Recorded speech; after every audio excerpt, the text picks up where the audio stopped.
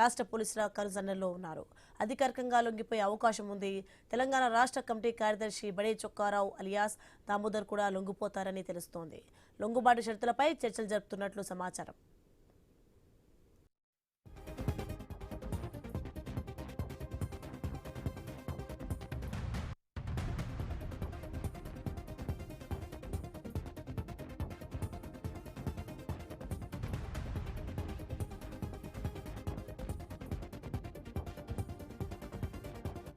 ములుగు జిల్లా తాడ్వాయి మండలం కాల్వపల్లి గ్రామానికి చెందిన చొక్కారావు తొలితరం మావోయిస్టుల్లో ఒకరు.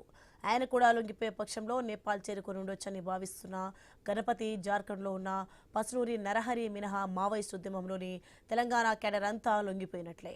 2026 మార్చి 31లోపు దేశాన్ని వామపక్ష తీవ్రవాద రహితంగా మారుస్తామని ప్రకటించిన కేంద్ర హోంమంత్రి లొంగిపోకపోతే తీవ్ర పరిణామాలు తప్పవని హెచ్చరించారు.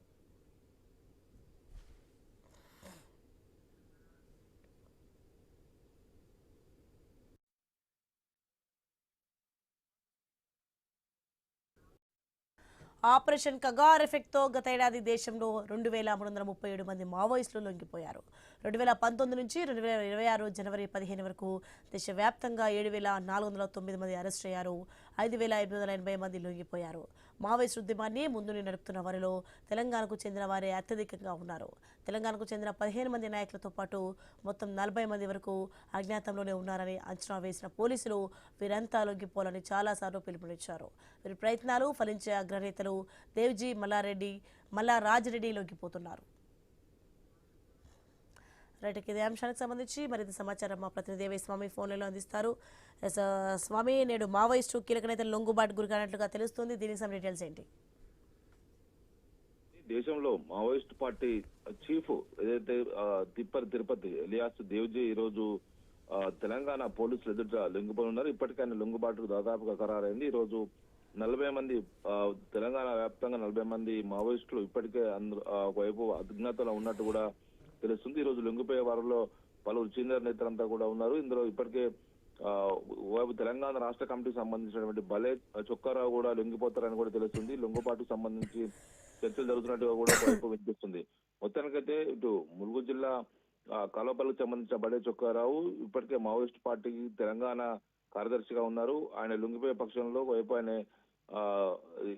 ఎక్కడ వస్తారని కూడా తెలియాల్సి ఉంది. మరోవైపు ఇటు గతంలో చీఫ్ గా పనిచేసినటువంటి సీనియర్ మావోయిస్ట్ పార్టీ అగ్రనేతగా ఉన్నటువంటి ఒకవైపు ఇటు ముప్పాల లక్ష్మణరావు అలియాస్ గణపతి ఇక్కడ నేపాల్లో ఉన్నాడని చెప్పి కొంతమంది అనుకుంటున్నారు. మరికొంతమంది ఇతర రాష్ట్రాల్లో ఉండే అవకాశం ఉందని చెప్పి అంటున్నారు. ఇటు మరోవైపు జార్ఖండ్ రాష్ట్రంలో పసునూరి నరహరి మినహా మావోయిస్ట్ పార్టీ క్యాడర్ అంతా కూడా ఈ రోజు లొంగిపోయినట్లే కూడా చెప్తున్నారు. 2026 మార్చి 31 లోపు దేశవ్యాప్తంగా ఒకవైపు మావోయిస్టు పార్టీ రహిత దేశంగా మారుస్తామని కేంద్ర హోంమంత్రి అమిత్ షా ప్రకటించారు. అందుకు అనుగుణంగా పరిణామాలు చకచక్క కనబడుతున్నాయి. వరుసగా ఆపరేషన్ కగార్ పేరుతోటి ఇటు ఛత్తీస్గఢ్ ఒకవైపు అబుజ్మాడ్ కావచ్చు, మరోవైపు ఇటు దండకారణ్యం మహారాష్ట్ర, ఇటు ఛత్తీస్గఢ్, ఒరిస్సా, ఆంధ్రప్రదేశ్ ఏఓబి బార్డర్ కావచ్చు, ఇటు తెలంగాణకు సంబంధించి కర్రెగుట్టలో ఈ మొత్తం గోదావరి బెల్ట్ అంతా కూడా ఎప్పటికప్పుడు మొత్తం భద్రతా దళాలు జల్లెడ పడుతున్నాయి. ఇందులో భాగంగా ఇప్పటికే చాలా మంది మావోయిస్టులు ఇప్పటికే ఎన్కౌంటర్లలో చనిపోయారు. ఇప్పుడు ఆపరేషన్ కాగార్ ఎఫెక్ట్ తో దేశవ్యాప్తంగా దాదాపు 2337 మంది మావోయిస్టులు ఇప్పటి వరకు లొంగిపోయినట్టుగా కూడా తెలుస్తుంది. 2019 నుంచి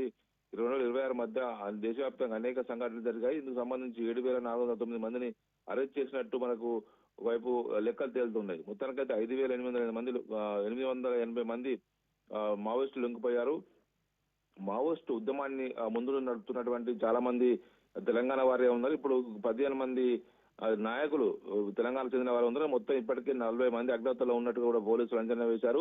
తెలంగాణ ఎస్ఐబి ఇప్పటికే దేశవ్యాప్తంగా అనేక రకాల ఆపరేషన్లలో కీలకంగా వ్యవహరించి దేశవ్యాప్త పోలీసులకు ఆదర్శంగా నిలిచినటువంటి తెలంగాణ ఎస్ఐబి కావచ్చు, ఇటు దీనికి సంబంధించినటువంటి అనేక రకాల సంబంధించిన ఆపరేషన్ నిర్వహించి సక్సెస్ఫుల్ గా ఇటు గ్రేహౌండ్స్ దళాలు అనేక రకాల ఆపరేషన్స్ లో సక్సెస్ఫుల్ గా ముందుకు వెళ్తారు. ఇప్పటికే వివిధ రాష్ట్రాల్లో ఇటీవల ఒకవైపు నంబాల కేశవరావు ఏదైతే ఆయన ఎన్కౌంటర్ తర్వాత గతంలో ఉన్నటువంటి చీఫ్ ఎన్కౌంటర్ తర్వాత దేశవ్యాప్తంగా చర్చ ఊపందుకుంది. దీంతో ఇప్పుడు దేవ్జీతో పాటు మిగతా మల్లారాజిరెడ్డి, ఇటు గంగన్న, మిగతా వాళ్ళందరూ కూడా లొంగిపోబోతున్నట్టు తెలుస్తుంది. ఈ రోజు మధ్యాహ్నం 3 గంటలకు తెలంగాణ డీజీపీ కార్యాలయంలో ఈ లొంగుబాటుకు సంబంధించినటువంటి ప్రెస్ మీట్ కూడా ఉండే అవకాశం ఉన్నట్టుగా కూడా తెలుస్తుంది సోని.